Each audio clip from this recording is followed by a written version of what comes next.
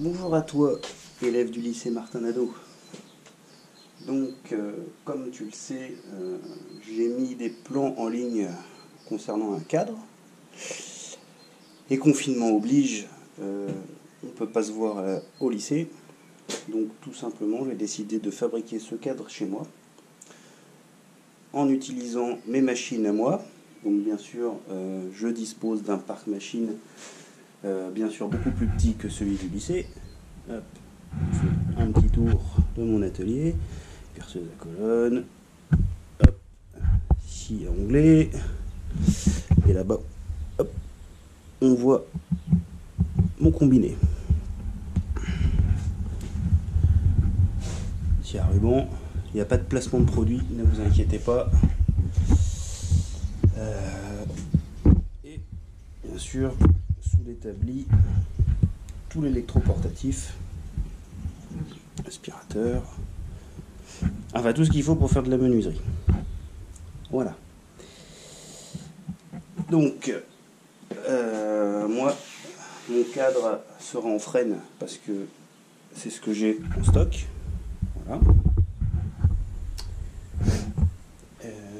Je ne vous donne pas la fiche de débit car vous allez devoir la faire, hein, bien que vous travaillez un petit peu aussi. Donc méthode classique, hein, méthode habituelle, c'est-à-dire que on va tracer nos pièces sur notre morceau de bois, et puis ensuite on va opérer.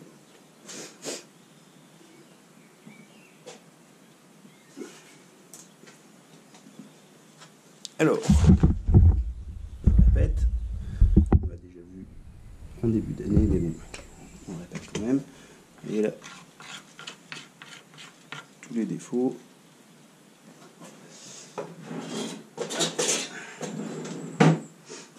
On va pas les prendre, bien sûr. On va les esquiver. Hop. Voilà. Hop. Voilà. Donc, je tiens à préciser que hop, je vous ai fait un tour de mon établi. Excusez-moi, je recommence. Je vous ai fait un petit tour de mon atelier, et bien sûr, vous n'avez pas vu de tenonneuse. Alors, j'ai fait une autre vidéo hier où j'ai fabriqué, hop, ceci, un gabarit qui va nous permettre de faire des faux tenons, ou si vous préférez, des dominos, comme une machine à dominos, mais avec une défonceuse. Donc si ça vous intéresse d'aller voir cette vidéo, eh bien, je ne peux que vous le recommander. Mais la manière que je voudrais utiliser, bien sûr, que j'aurais voulu utiliser, c'est tenon mortaise. Et là, ce sera mortaise et un domino dedans. L'autre raison pour laquelle je ne vous donne pas ma fiche de débit, c'est parce qu'en fait, elle est un peu différente de la vôtre. Petite explication. Moi, mes traverses, hop, je sais pas si on voit ce que je fais. Oui, mes traverses. Ma largeur de passage fera la longueur de mes traverses. C'est-à-dire que il n'y a pas de tenon en fait. Le tenon, je le rapporte après. Donc du coup, ma fiche de débit en est modifiée, bien évidemment. Alors, ça n'empêche que j'ai quand même 2 montants et 2 traverses comme vous.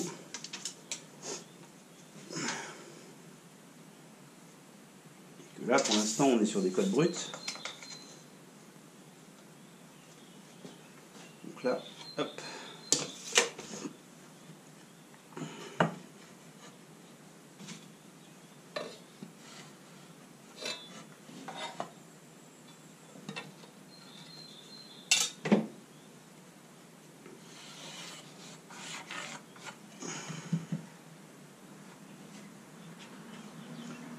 Donc, voici un premier montant.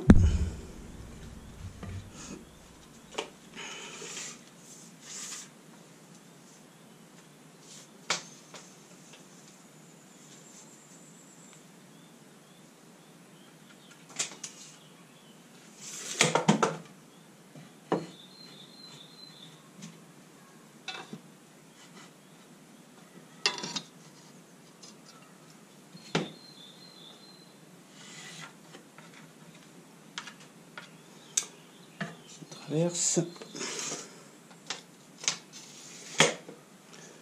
Là, on va esquiver cette pièce-là, ce morceau-là, car il y a une petite...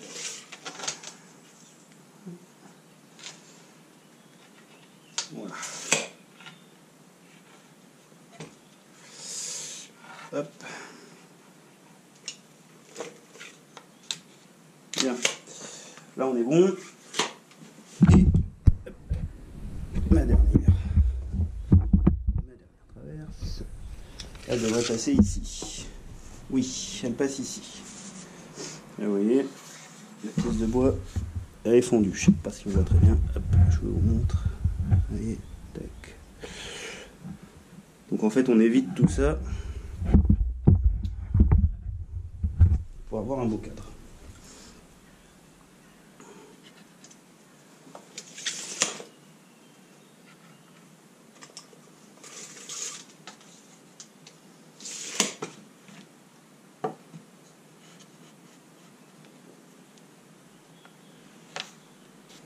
Bien joué.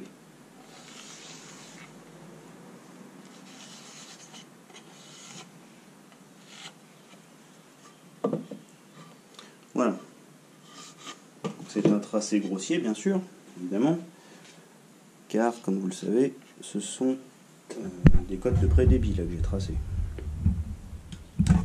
Voilà. Et j'ai oublié de vous le préciser, mais là, c'est du 37.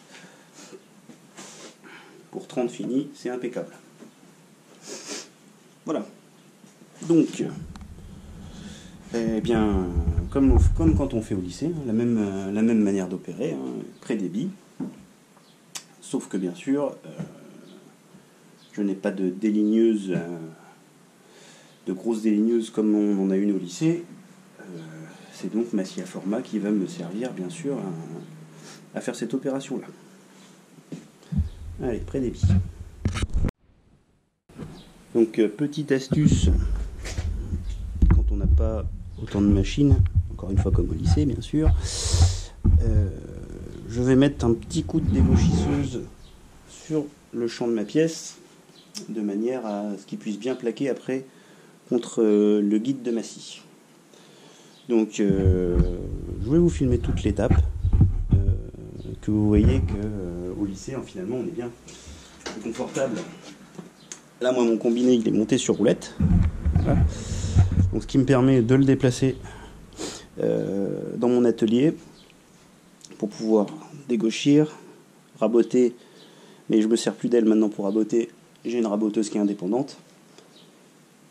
Et là-bas pour utiliser la scie. Voilà. Donc un petit coup de dégo d'abord.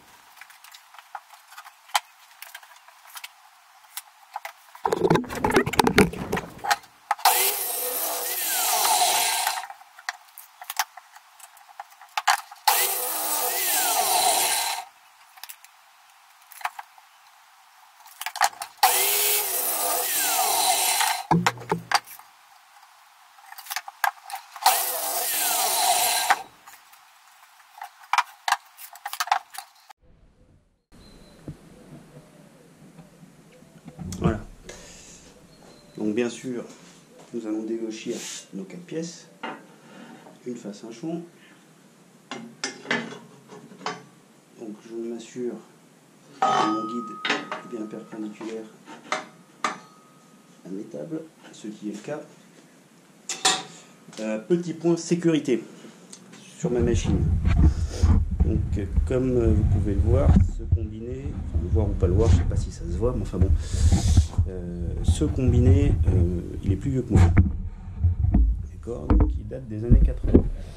Donc c'est un bon combiné. Tout est en fonte dessus. Il fait vraiment un travail, surtout au niveau de la dégo, il fait un travail bien précis. Mais niveau sécurité, faut savoir que c'est pareil, l'arbre n'est pas très bien protégé. Donc moi je l'utilise en toute connaissance de cause. Toi, élève du lycée Martin Nadeau, eh bien, tu as à ta disposition une dégauchisseuse qui possède tous les carters pour pouvoir travailler dans une sécurité optimale. Ce qui n'est pas mon cas ici. Donc je le précise, hein, bien sûr, je le sais, et du coup je redouble de vigilance.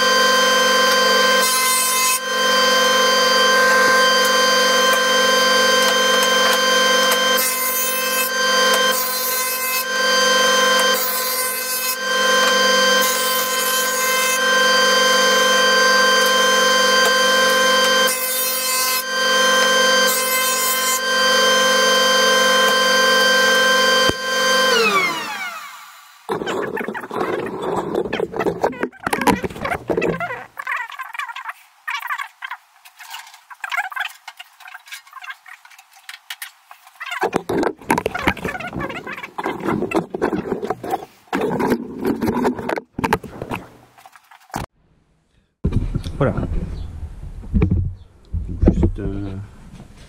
Donc encore une fois, il ne s'agit pas d'un placement de produit, hein, bien sûr.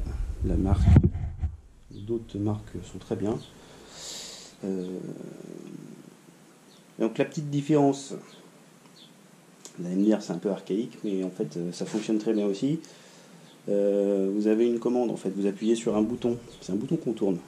Oui, c'est un bouton qu'on tourne qui vous permet de régler la hauteur de la table en fait, la table de la machine. Là c'est un peu différent. Sur ma machine, en fait, le bas est fixe et c'est, je sais pas si on voit bien, en fait c'est cet ensemble là qui monte et qui descend. Et ma graduation, elle est ici. Donc, hop.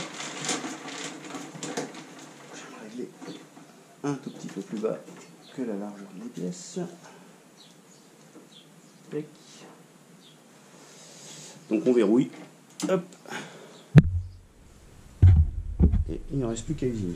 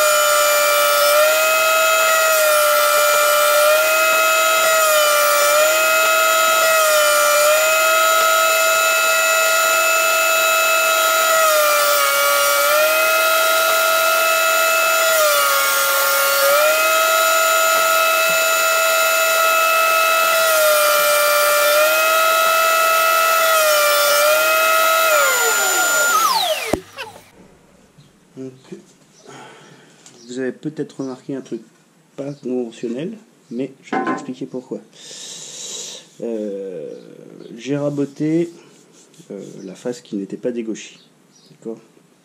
Et ma dernière passe, j'ai raboté, j'ai retourné mes pièces. Ce qu'on ne doit jamais faire en principe.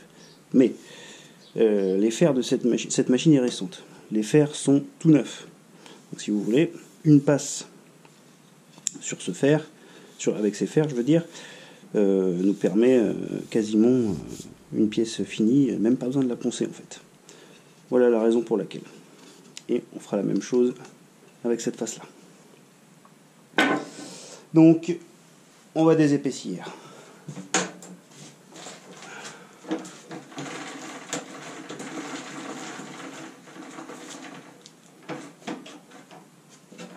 Hop, même opération.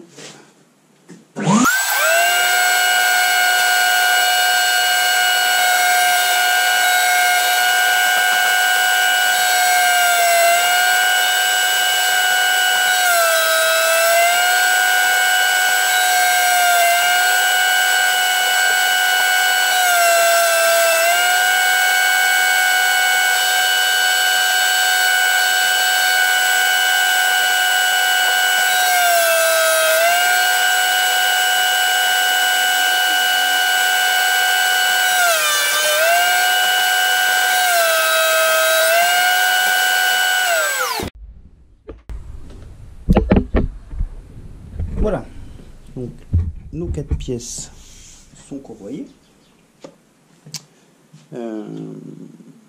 Avant-dernière étape avant de faire les assemblages, mise à longueur. Donc, hop,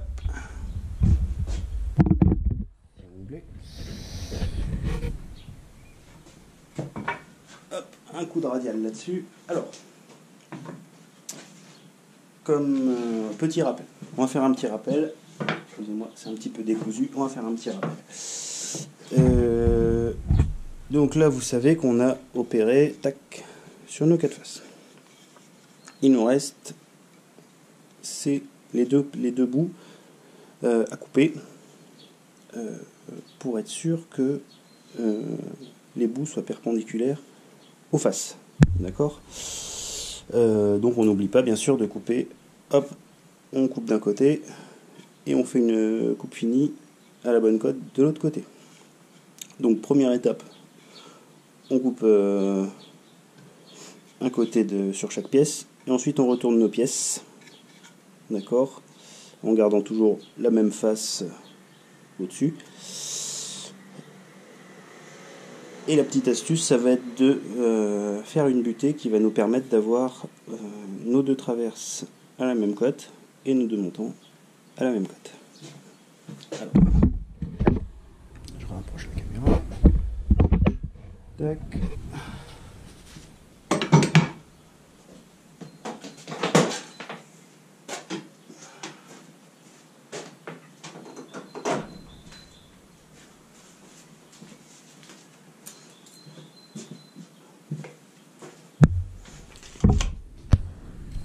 Vérifie quand même qu'on est assez long.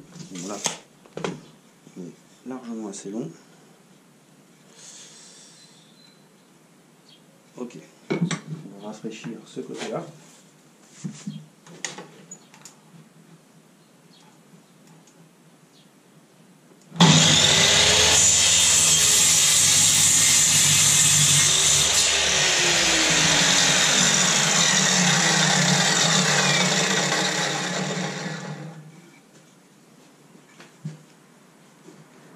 Un petit repère, ce côté-là, tac, il est fait.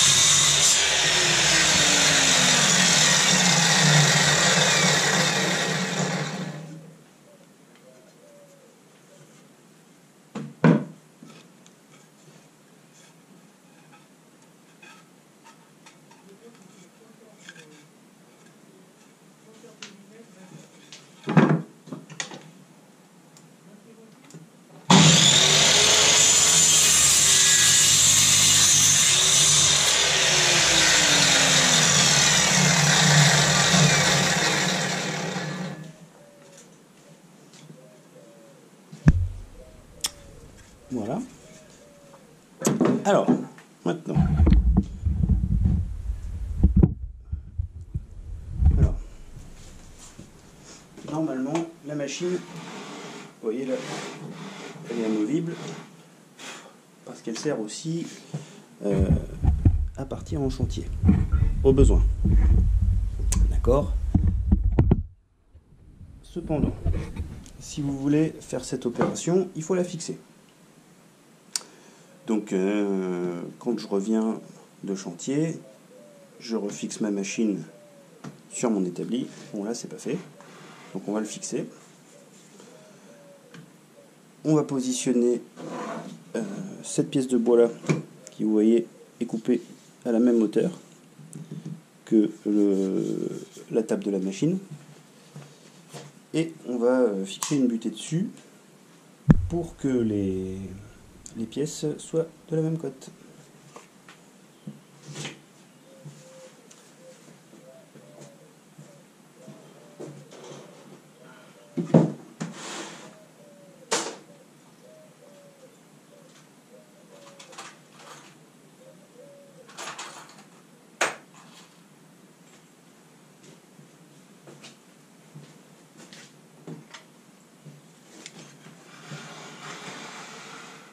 Donc, je vais la positionner au bord de l'établi. Voilà. Comme ça, je pourrais positionner un serre-joint et ainsi faire ma butée. Alors, on va mettre deux vis dans l'établi.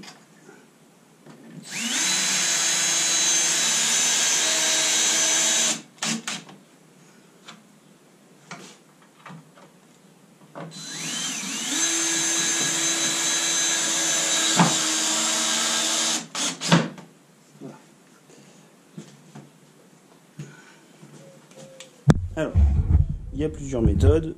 On va en faire une. Et pour travailler en sécurité, je vais débrancher la machine.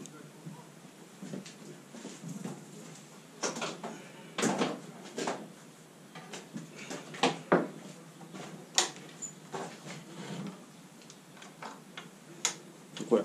Donc là, j'ai bloqué la machine pour pas qu'elle puisse remonter. Il y a un petit cran sur les radiales comme ça, vous voyez. Hop, on peut la bloquer comme ça pour plus qu'elle coulisse. Et hop, on peut la bloquer comme ça.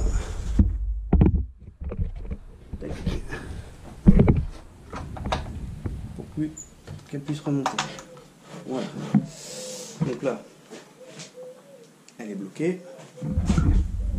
Hop.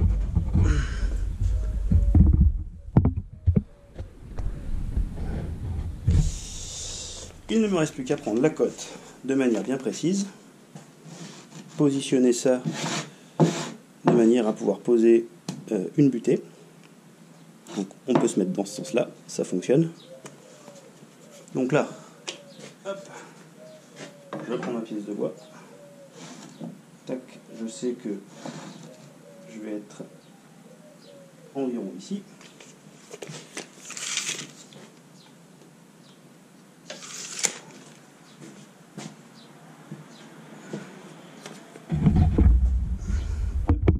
Je te change encore de place, tu m'excuses. Là.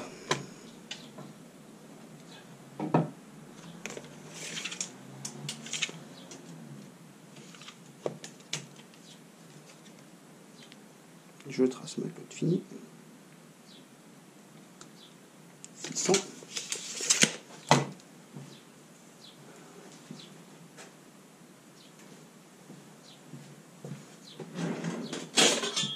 Je prends une équerre.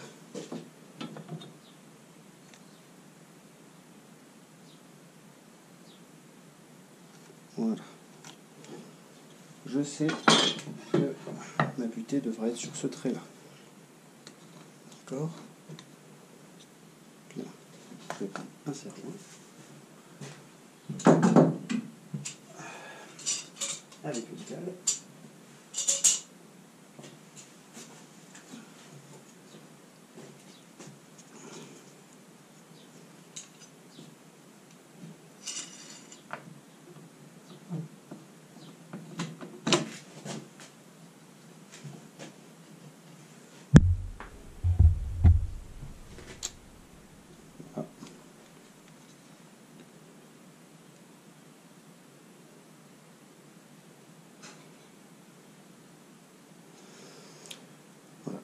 et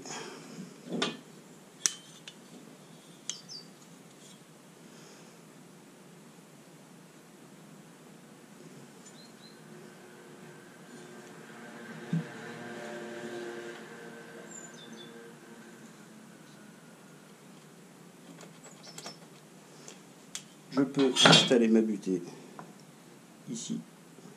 Vous voyez, c'est une petite chute de bois dans laquelle il y avait déjà eu des vis dedans.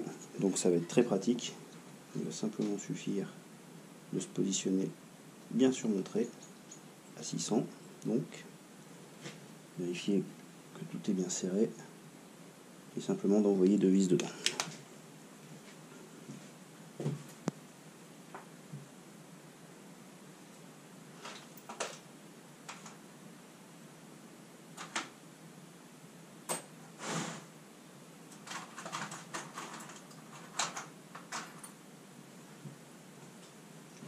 Donc je précise encore une fois que ces méthodes sont adaptées simplement à mon matériel.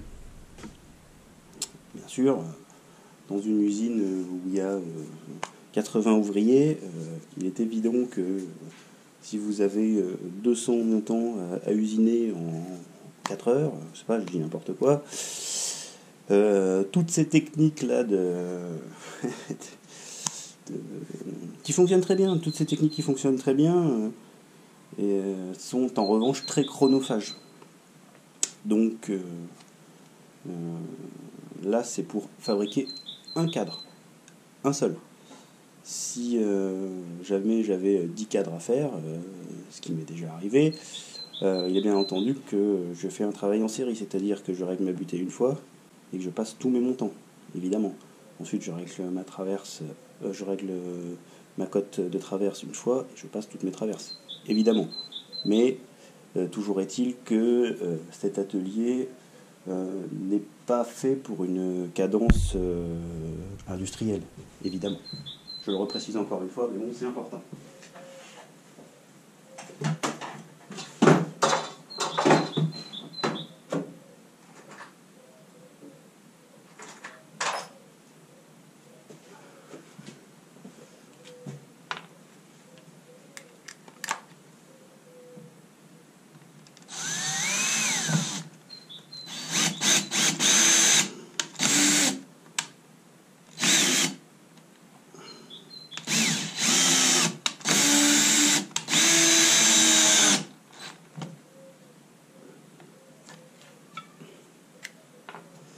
Alors, l'importance de cette butée et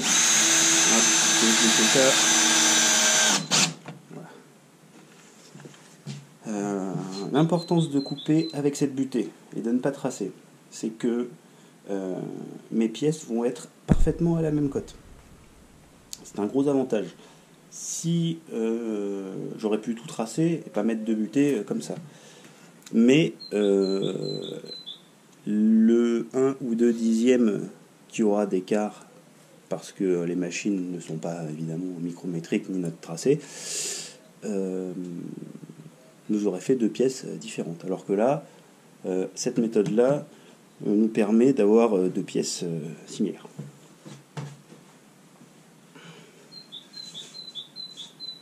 Donc, je peux rebrancher ma machine et je vais pouvoir couper mes 2 montants. Donc bien sûr, on n'oublie pas le petit repère qu'on a fait, on le met contre la butée, car celui-là, il est déjà coupé. Je rebranche ma machine.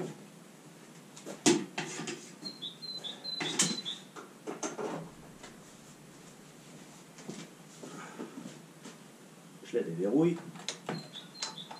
Hop. Et je peux opérer.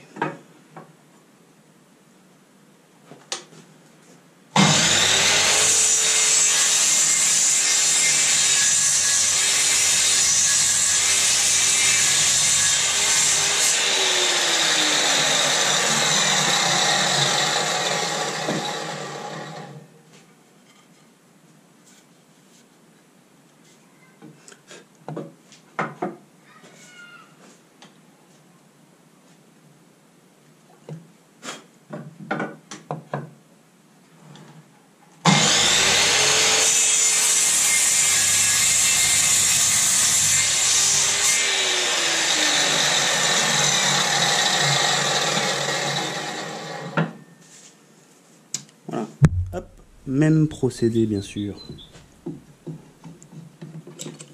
Traverse.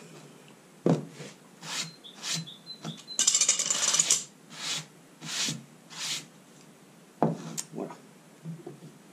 Donc, je redébranche la machine. Vous voyez toutes ces étapes bien sûr, bloquées, etc. Quand on a une cadence à effectuer, vous vous apercevez que c'est pas possible. Alors,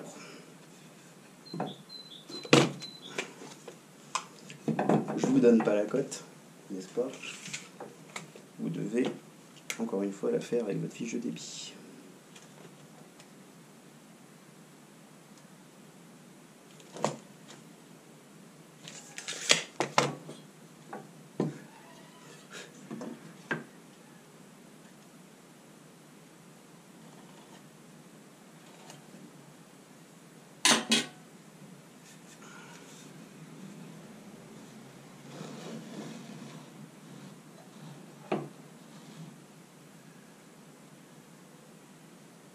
Donc là, la petite astuce toute simple, mais qui fait bien le taf.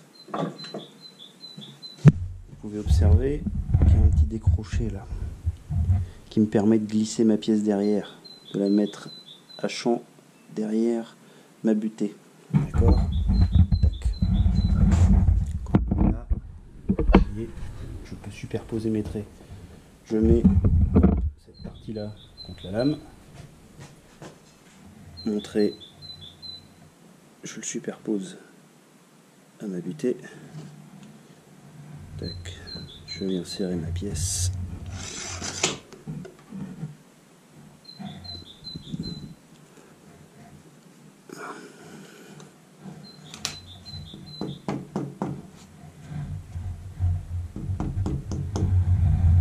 Voilà.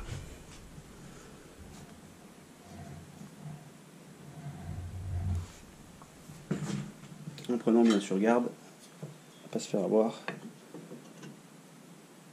Et là en l'occurrence on est bon. Tac. Je relance la machine.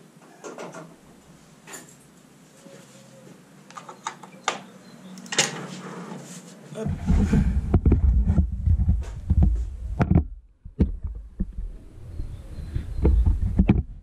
Et je suis prêt à couper mes traverses de l'épaule.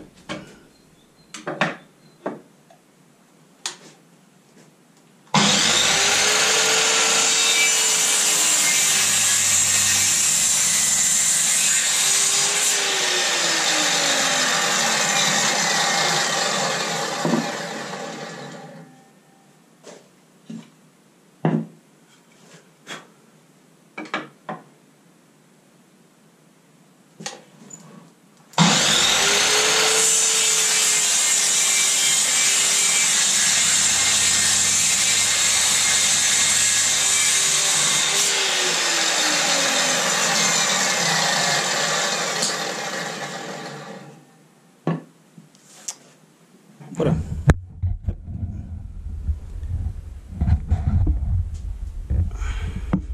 Mes pièces sont coupées de longueur.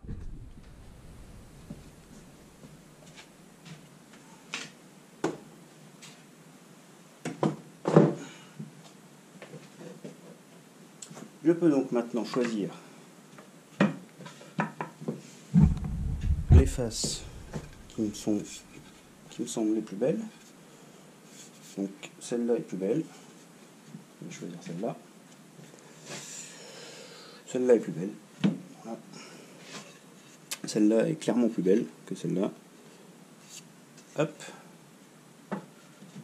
Et alors celle-là, bon, cette pièce-là, vous voyez, on aurait pu la refaire étant donné que elle n'est pas esthétiquement, d'un point de vue fonctionnel, elle est parfaite. D'un point de vue esthétique, effectivement, vous voyez, il y a un veinage là. Bon, on peut la garder, hein. C'est pas non plus un drame. Ça peut avoir un côté très sympa. Voilà. Donc là,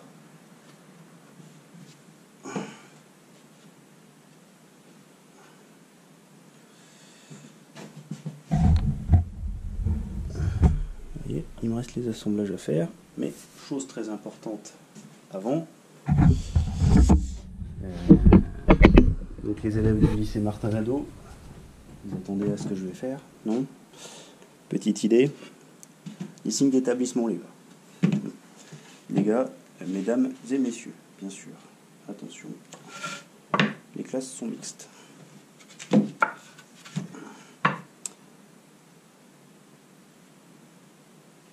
Donc,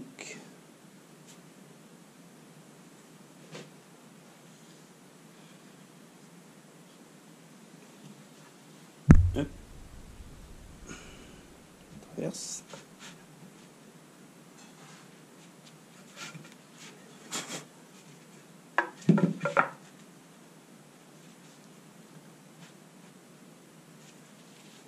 Et mes montants.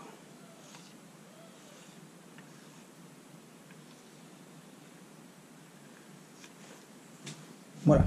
Oh, je suis désolé, on voit pas très bien. Voilà.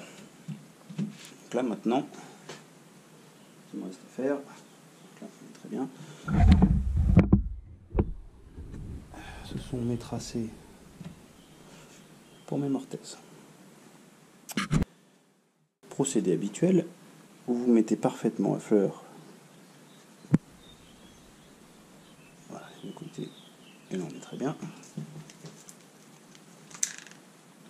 Alors moi j'ai des petites pinces comme ça qui sont super pratiques, je trouve. Ça permet de monter, démonter très rapidement. Ensuite, vous prenez une traverse, vous la positionnez, bien sûr bien d'équerre. C'est toujours mieux d'être d'équerre, n'est-ce pas? Voilà. Et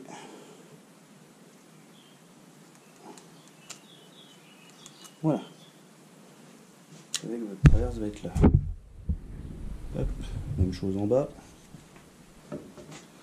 Ce sont des choses qui vont relativement vite, n'est-ce pas?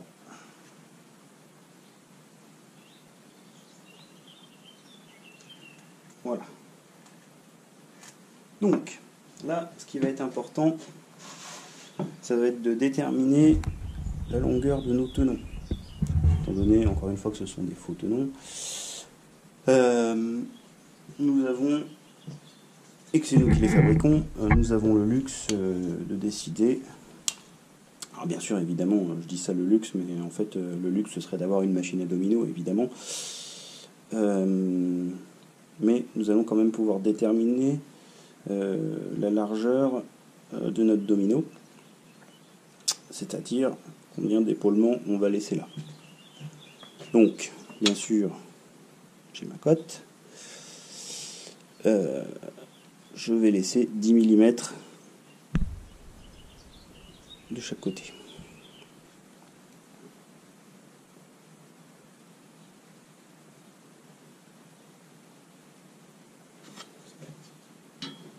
Là, ça me permet de tracer sur mes deux pièces.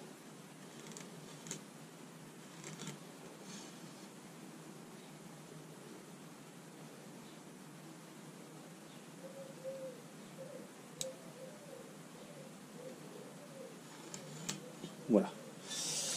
Et là,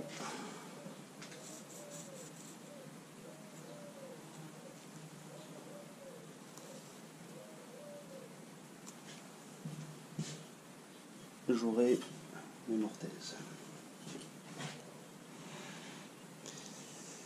Donc, même chose en bas et même procédé sur les bouts.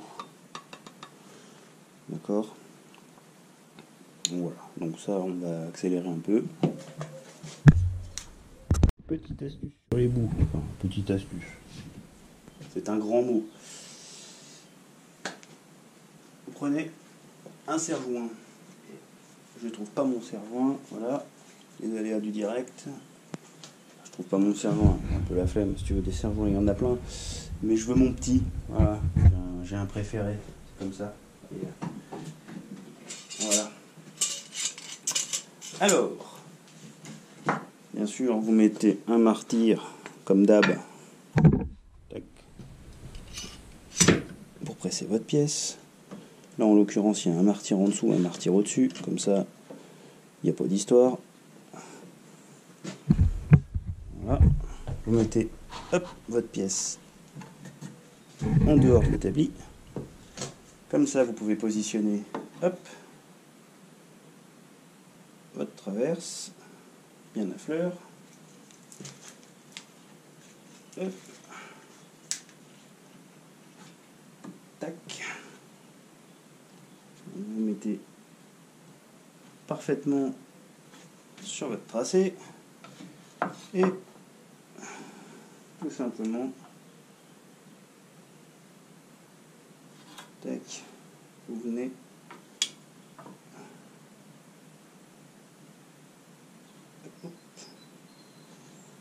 simplement tracer. Voilà, ça c'est une petite méthode. Oula, je me rapproche un peu, pardon, excusez-moi, c'est une petite méthode toute simple. Tout ça, ce sont des astuces en fait. Tout ça, ce sont des astuces. Voilà, on aurait pu avec une grosse pince ou un autre serre-joint faire un petit montage et bien sûr mettre notre deuxième traverse, évidemment. Mais bon. Ça, ce sont les tips d'atelier, comme dirait mon collègue Monsieur Bourrachot. Je dis donc, on prend nos pièces. J'ai déjà fait un essai hors caméra. Ça fonctionne. Bien sûr, comme d'habitude, alors la pièce n'est pas à proprement parler contre une table, effectivement, mais on va quand même s'appliquer à... Alors, attendez, ça c'est un petit peu effacé, c'est que de la craie. Tac. On va quand même s'appliquer à toujours mettre notre surface de référence du même côté. C'est-à-dire que là, pour le coup, je le mets vers moi, c'est-à-dire que je le verrai. Donc là, hop, je presse ma pièce. Alors, c'est un montage un peu périlleux. Je suis obligé de la monter sur l'établi pour voir si ce que j'ai fait c'est bon. Ouais, on voit, c'est bien. Hop là. Donc, je vais pouvoir faire cette mortaise là avec ce fameux gabarit. Donc je le positionne. Voilà, ça s'emboîte bien. Alors, l'idée est de mettre un serre-joint, tac, en dessous, comme ça. Les tasseaux qui sont pris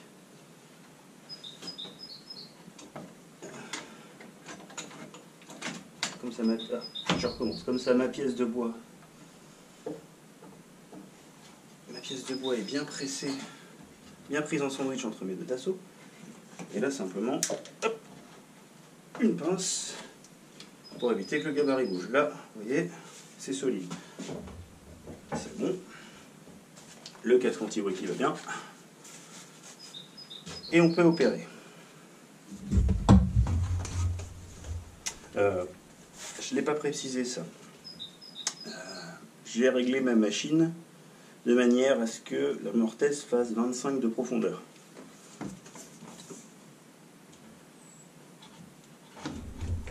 Voilà.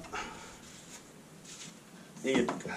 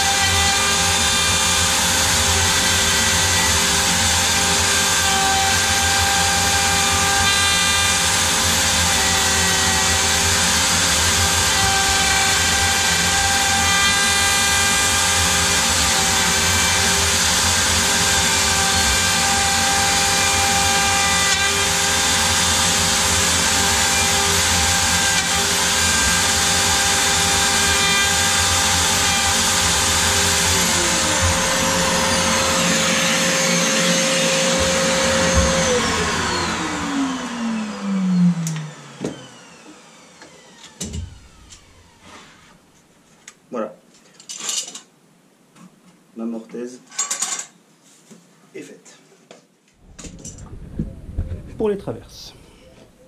Donc on a dit qu'on mettait le signe d'établissement face à nous.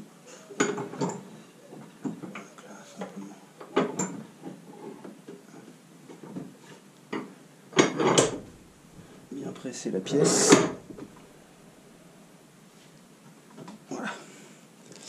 Alors, notre gabarit. On est positionné de la même manière que tout à l'heure, mais en bois de boue cette fois-ci. Donc là, c'est assez important, il faut mettre ce serre-joint, c'est un peu notre garant. Dans ce sens-là.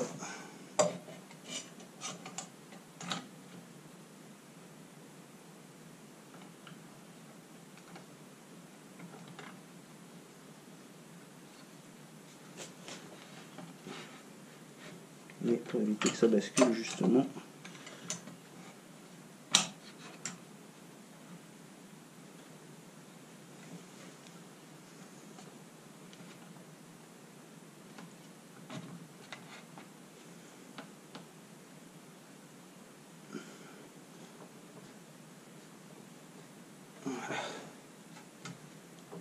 Voilà. Donc une fois que le gabarit est installé, on peut opérer de la même manière.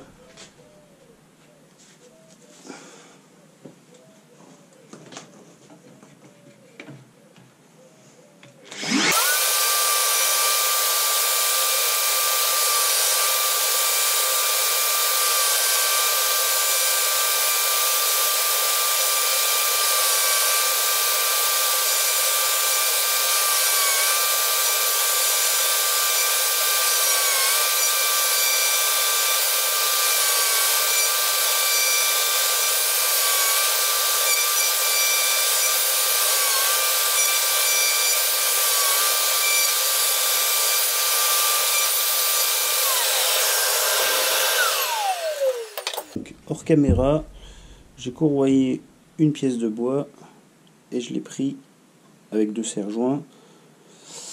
L'idée étant de faire des dominos avec. Donc la cote de cette pièce, largeur, épaisseur, correspond bien sûr aux cotes de mes mortaises évidemment. Donc pour faire le rayon, je vais utiliser cette fraise là.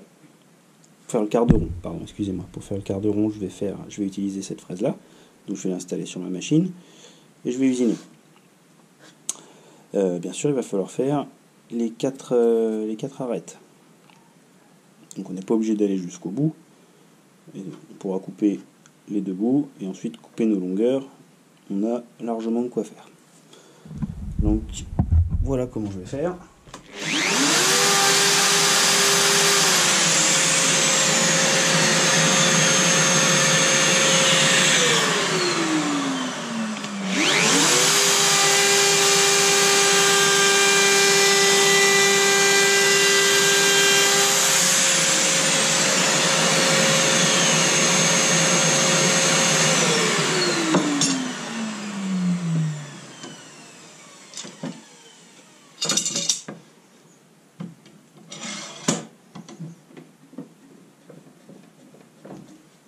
Voilà.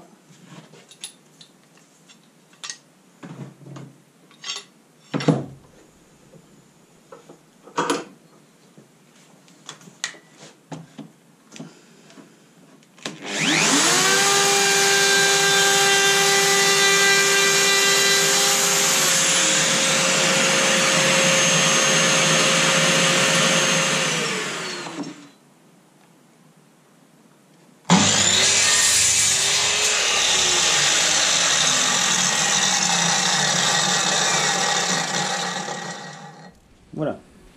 Donc, une fois notre domino coupé, on fait un essai. Tac, c'est le montant gauche. Ça, c'est en bas à gauche.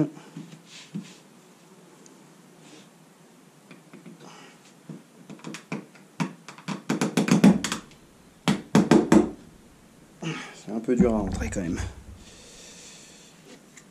Et là, Tac. Voilà. Et on peut voir qu'on est bien à fleur. Notre cadre est quasiment prêt à coller. On va préparer les dormants pour pouvoir le presser. Mais il faut faire un rappel important.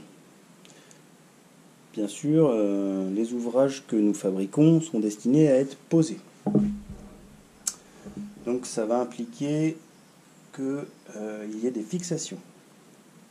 En l'occurrence, ce cadre va être posé en tunnel, c'est-à-dire à l'intérieur de la maçonnerie. Le devant, le parement de mon cadre va être à fleur avec le reste de mon mur. Voilà.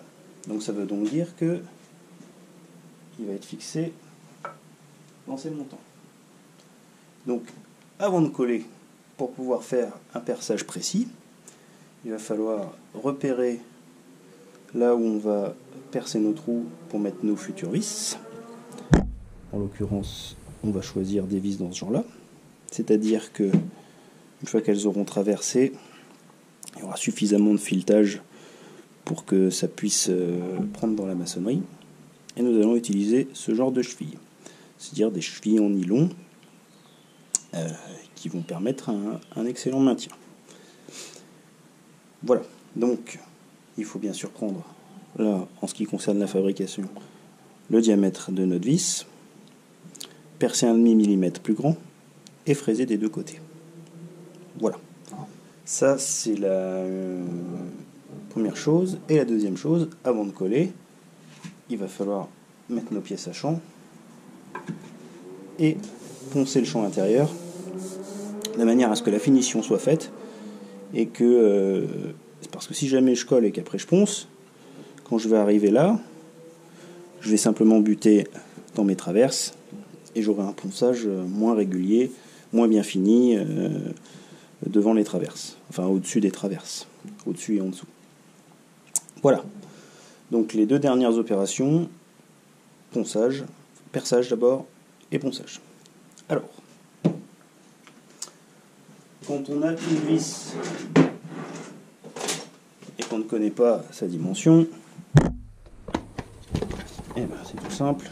Prenez votre pied à coulisse, tac. Donc ça c'est de la 4,5 et longueur 110. Voilà.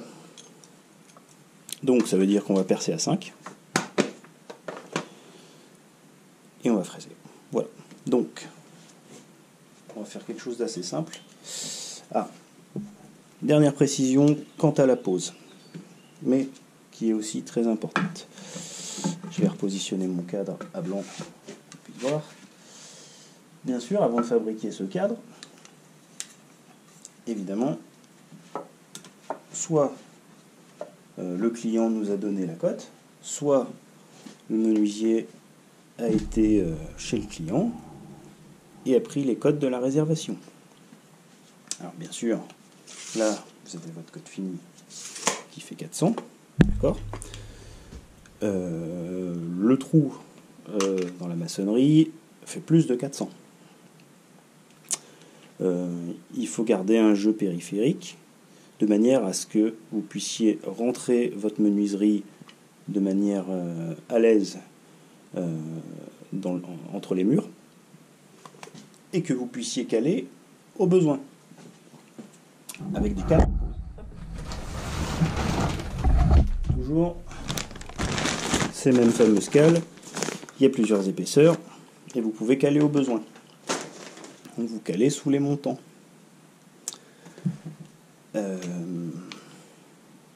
De ce fait, si jamais le fait de laisser un jeu périphérique permet évidemment de rentrer la menuiserie de manière aisée, mais permet aussi de rattraper si jamais la maçonnerie n'est pas d'aplomb. Voilà les raisons pour lesquelles. Donc, revenons à notre fabrication. Donc, toujours pour des idées de facilité d'opération, vous reprenez vos montants, vous les alignez bien. Vous prenez votre équerre, vous tracez un trait 40, c'est-à-dire une épaisseur d'équerre au-dessus de votre traverse et en dessous de l'autre là-haut.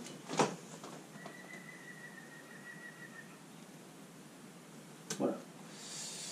Et là, il ne vous reste plus qu'à prendre la moitié, c'est-à-dire 15.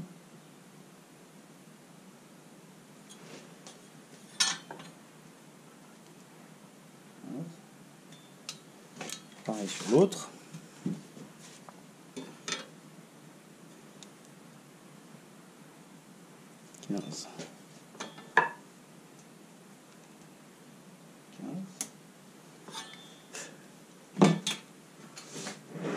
Éventuellement, si vous en avez une, moi j'en ai une, je sais que je préfère faire comme ça. Hop, la pointe à tracer. Et vous faites une marque là où vous souhaitez percer. Et simplement, ça va vous guider le forêt. Donc, une mèche de 5, c'est parti. Une mèche ou un forêt, hein.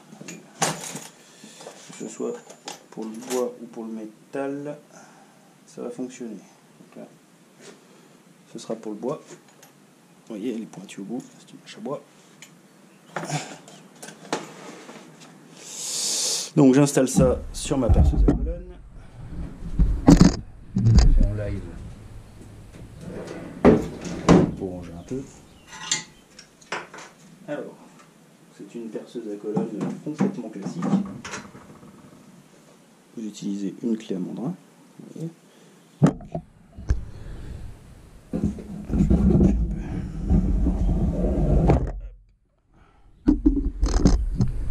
Est-ce que là, c'est bien? Ouais, c'est pas mal. Donc là, vous utilisez une clé à mandrin. Vous desserrez. Vous enlevez le forêt qui était dedans, qui était du 4,5. Et vous installez votre mèche de 5 à la place. Alors,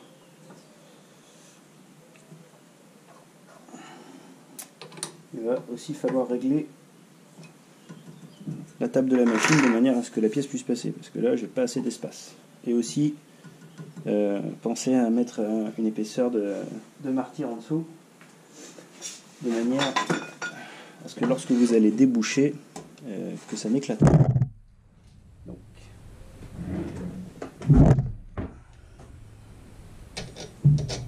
la table.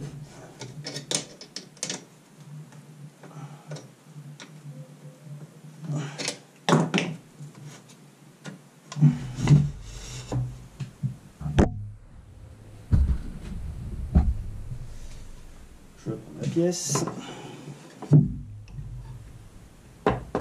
C'est juste, mais ça passe.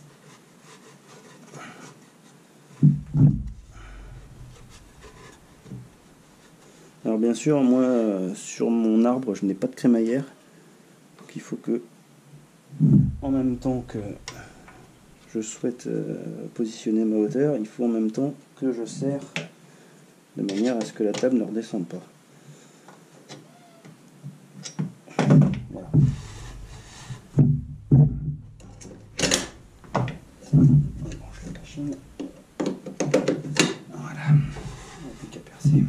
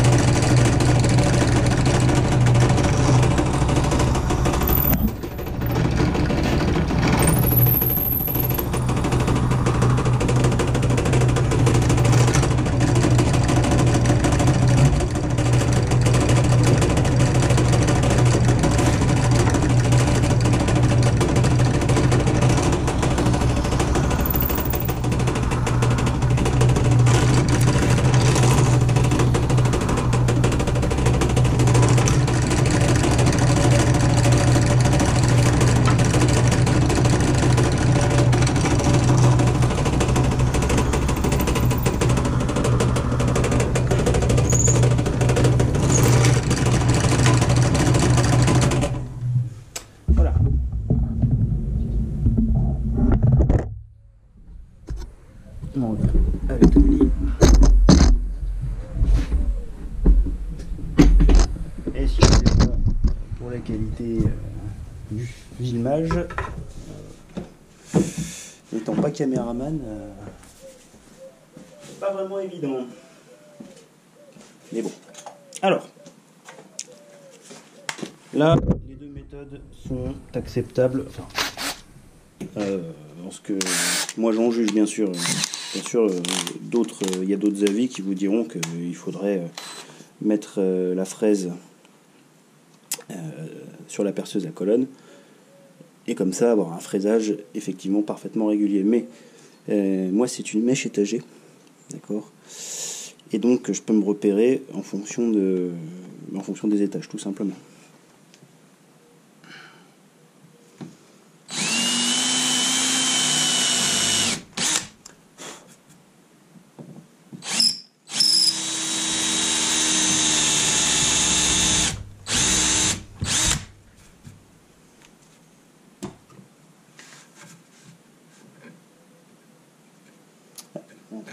D'abord, je fraise un petit coup de ce côté-là parce que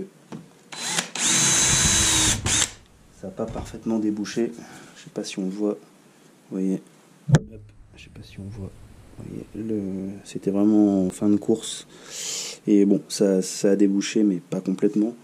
Donc, avant d'essayer une vis, voir si on a assez fraisé, tout simplement. Vraiment 5, c'est vraiment le minimum pour du 4,5, bien sûr. Alors, on va encore fraiser un tout petit peu. Voilà.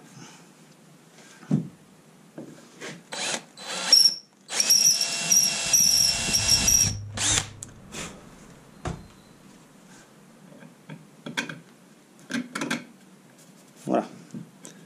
Impeccable. Donc même chose sur les autres.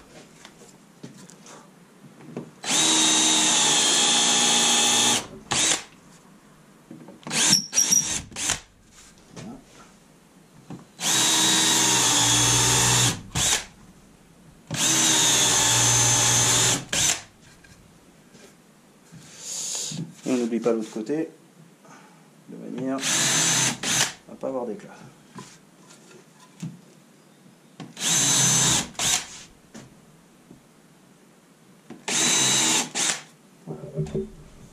Alors, dernière étape, avant le collage. L'idéal, pour pas flancher, si vous prenez une cale, vous prenez un abrasif. Si vous prenez qu'un seul montant, qu'une seule pièce, et vous vous mettez comme ça, vous avez un risque de basculement. D'accord ? Tandis que, si vous prenez les deux pièces, voire même les 4, donc dans ce sens-là, pourquoi pas, et l'autre dans ce sens-là, ce qui peut même être super, à vrai dire, ce qui est même super, que vous les pressez ensemble.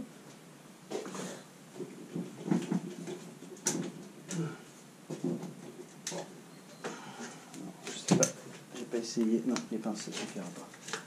Les petites pinces vont pas suffire, donc il va falloir prendre un serre-joint et des martyrs.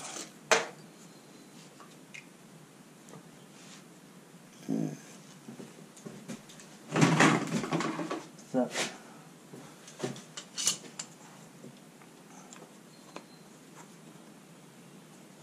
Alors attention quand vous mettez votre serre-joint, c'est simple, enfin, ça peut paraître évident, mais ne faites pas dépasser vos martyrs de vos pièces parce que sinon ça va vous gêner pour poncer tout simplement.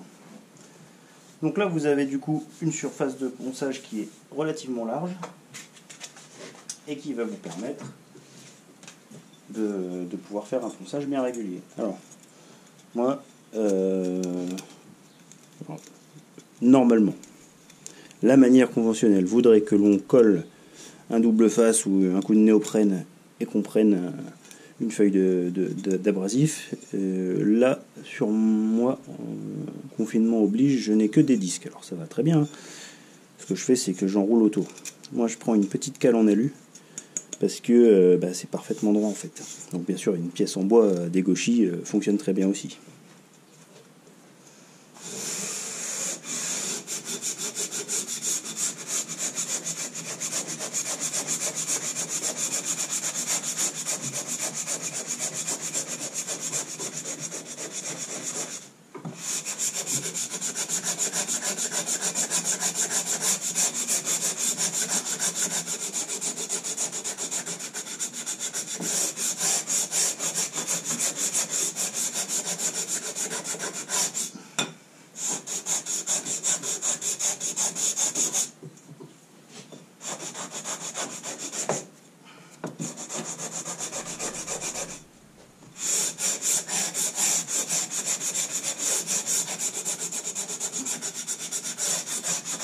Voilà. Donc ça c'était un gros grain, j'étais sur du 80. On va faire une finition au 120.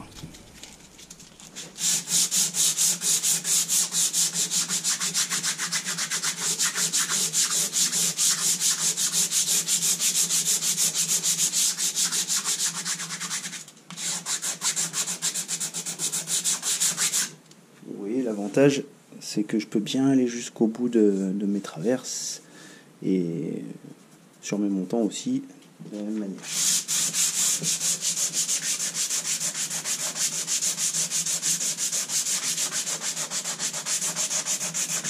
Tout en restant bien à plat. C'est très important, faire attention à pas faire basculer la cale qui vous créerait un jour.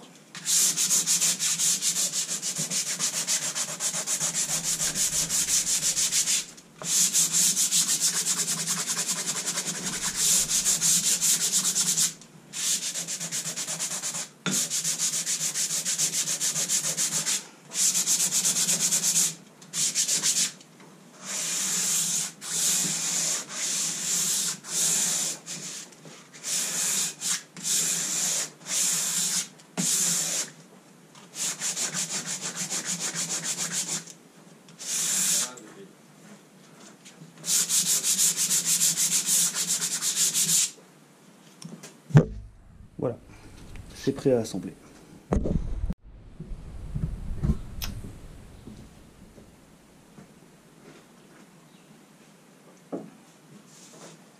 Alors, pour préparer un collage, il faut plusieurs éléments.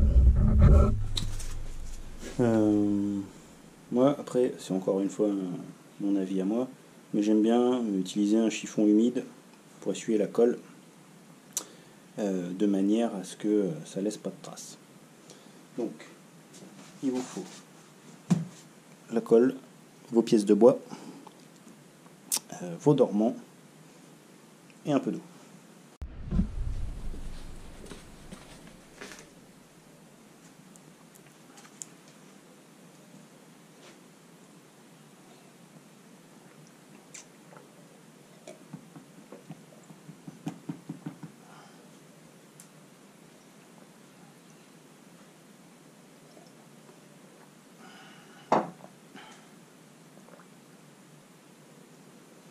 Donc on n'oublie pas de mettre de la colle partout et bien sûr dans la mortaise.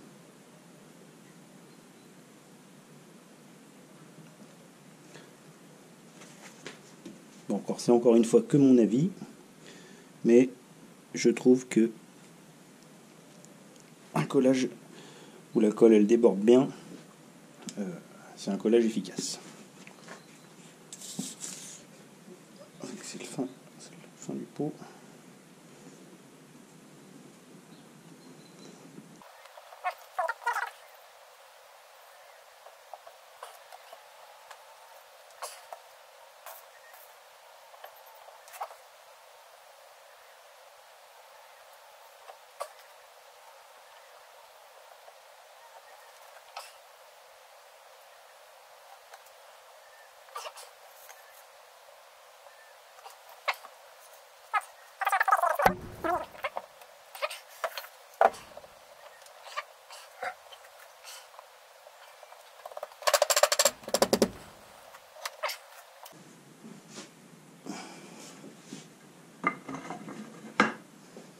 Donc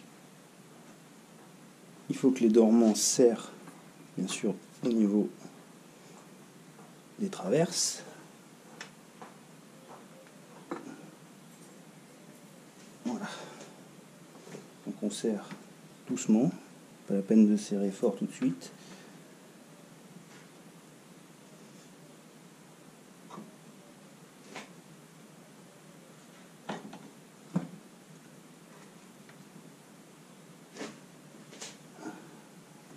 On vérifie qu'on est bien à fleur partout.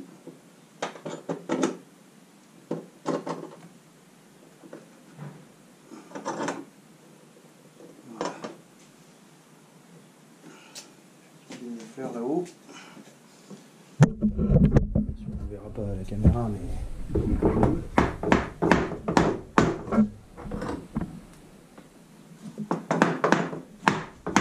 voilà.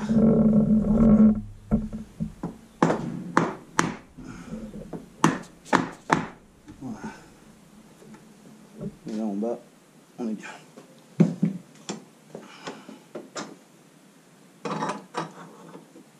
Voilà, donc un premier essuyage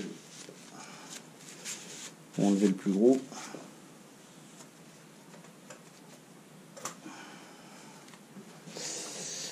Et, très important,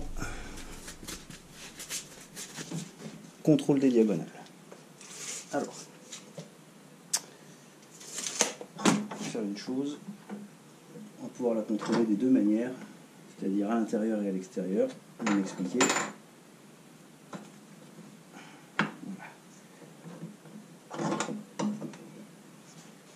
En veillant que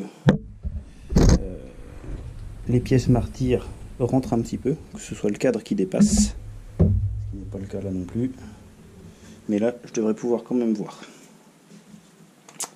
Alors, là j'ai 72 cm, bien 10 cm. Là j'ai 71,9. Alors, j'ai 1 mm, ça veut donc dire que il faut que mon cadre vienne légèrement comme ça. Donc ça, avec un petit choc, ça peut s'arranger. Voilà.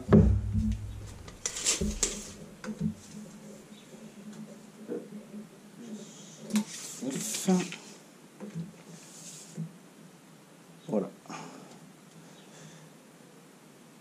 Parfait. Donc je vais serrer un peu plus fort que la colle elle perde.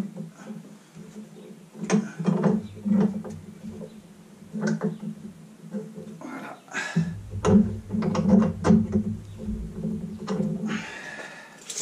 Je revérifie une dernière fois.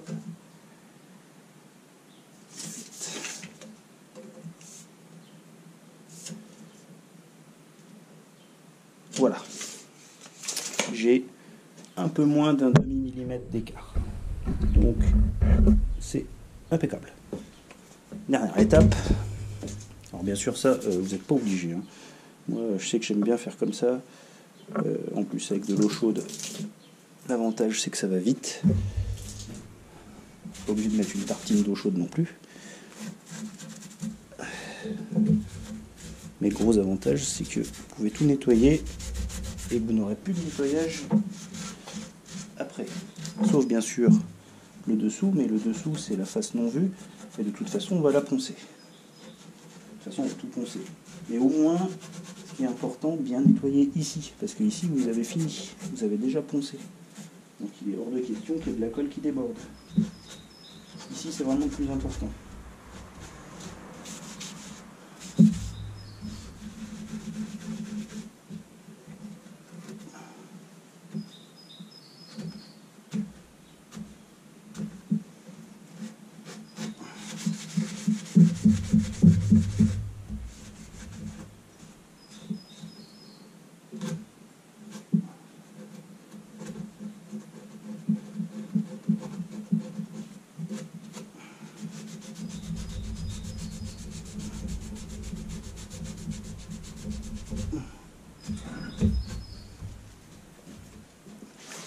Alors je sais qu'il y en a, pour la petite info, qui font ça aussi avec un ciseau, ou avec un réglé, ou avec une pièce métallique, on va dire. C'est-à-dire que ça fonctionne très bien aussi. C'est-à-dire qu'ils se mettent comme ça dans l'angle et ils viennent racler le bord. Et effectivement, c'est très efficace. Donc, faut pas se gêner.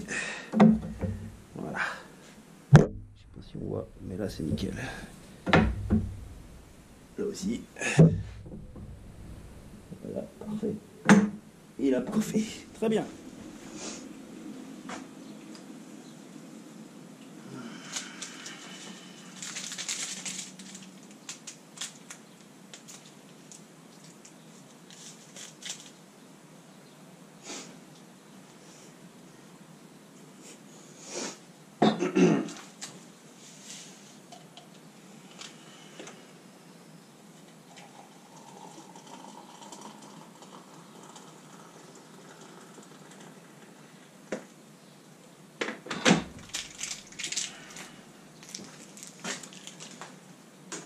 Bien, bonjour à toi, élève du lycée Martin Nadeau. Donc on se retrouve le lendemain avec un petit café, bien sûr. Vous me connaissez, les gars et les filles, excusez-moi. Donc hors caméra, bon, j'ai desserré les dormants et voilà. Donc mon cadre est collé, bien sûr,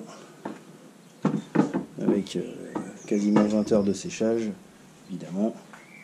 La colle est prise, évidemment. Donc là, hop. Si on va bien voir, petit contrôle, hop, nickel, impeccable. Donc ça c'est beau, hop, point bien sûr. Les diagonales, on peut les recontrôler si on veut, pour être sûr d'être bien. 9 et 71,9 cm, donc 719. Donc on est impeccable. Donc ce qu'il faut faire, c'est retirer les dormants. Alors moi je retire les dormants, bien sûr, sinon on retire simplement le cadre, on laisse les dormants. C'est que moi, hop, j'ai un établi qui sert à faire plusieurs étapes. Voilà. Donc, je retire mon dormant. Et là, dernière étape, bien sûr il s'agit de la finition. Donc ce que je vais faire, c'est que je vais d'abord poncer mes champs, vous voyez, effacer les brûlures. Vous voyez, ma scie, la lame est plus toute jeune et elle me fait quelques petites brûlures. C'est pas bien méchant.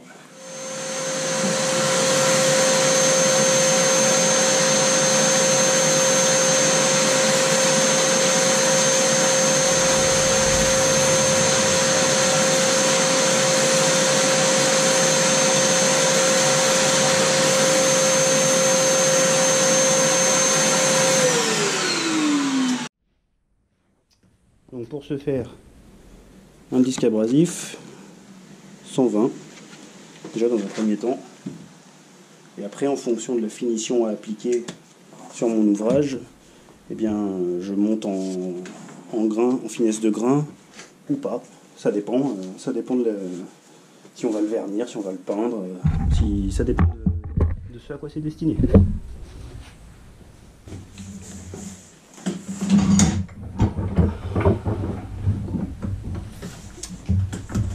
L'important est d'avoir un ponçage régulier.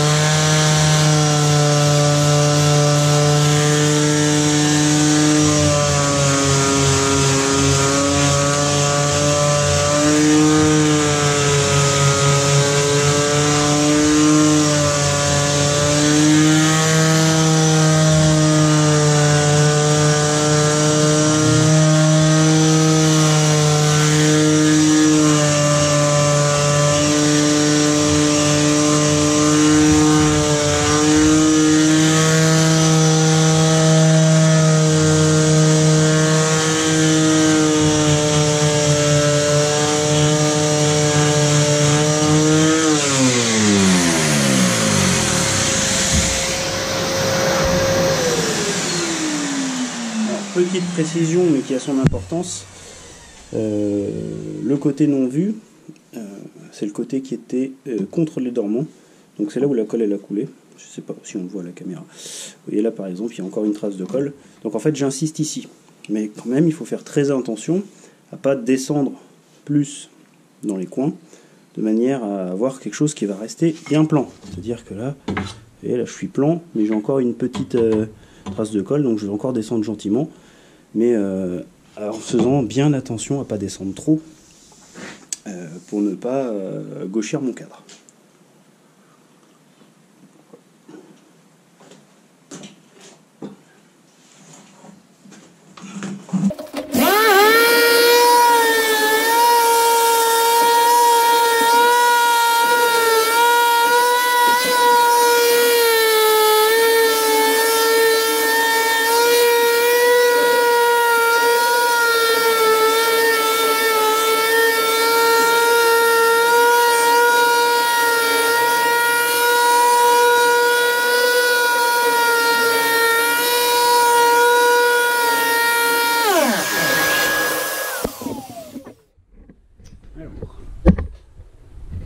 Petite astuce, pour contrôler ma planéité, je me pose sur la table de mon combiné.